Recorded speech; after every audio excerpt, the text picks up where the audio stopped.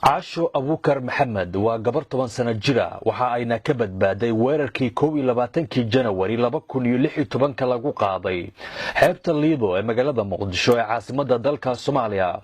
caasho waxa lagu hortoogtay hooyadeed walaalkeed ka yara iyadoo ku dhawaaqaysay hadilin hooyaday wixii markaasi ka dambeeyay kooxihii weerarka soo qaaday waxay caasho ay ku dhufteen dhowr xabad waxaana sidoo kale xabadaha u dheeraa dhaawac ka soo gaaray qaraxii labaad ee albaabka ka dhacay.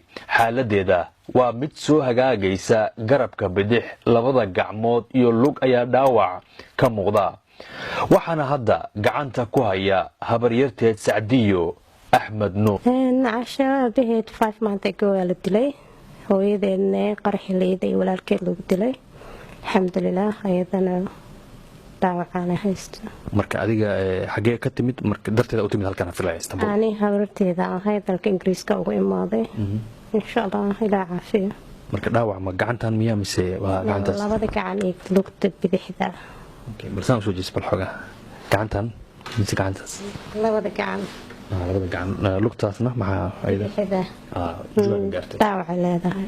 marka dhaawac ugu daran gacmaha mise lugta waa lugtaas ugu caasho aabaheeda sidoo kalena waxa ay al-shabaab ay ku dileen magaalada Beledweyne ee xarunta gobolka Hiiraan 5 bilood ka hor waxayna ahayd curuda reerkooda waxayna sidoo kale ay wajahday xaalad aad u xanuun badan. caasho abuukar maxamed ayaan si kooban ula sheekaystay. caasho maxaa lagu daraa caasho abuukar maxamed hay hadda seewa caafimaadkaaga fiicanahay ma sha Allah.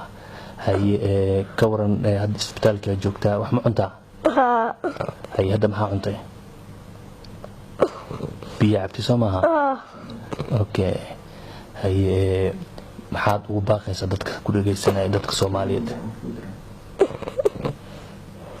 هاي الوجه دعي هاي الرشيد قرآن كما قرين كرتا ما هذا sidoo kale xanuunkii iyo wixii waa ka yaraaday Soomaha. intii aan ku sugnay isbitaalka Caisho ay kaga jirto magaalada Istanbul waxa ay ii sheegtay inay jeceshahay dalkeeda Soomaaliya dhibaatadana ku dhacdana oo alla u qoray kana mid tahay musiibada haysata ummadda Soomaaliyeed welina niyadeeda kama aysan goyna jacaylka ay u qabto dalkeeda iyo dadkeeda Soomaaliyeed. Somali toso iskutisane Begina tagdanane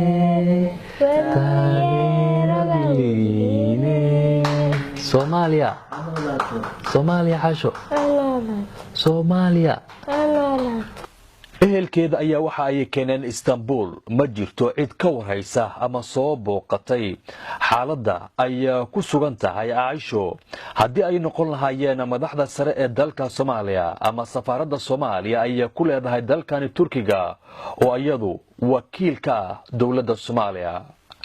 Salman Jamal Saeed TV caalamiga Universal magaalada Istanbul.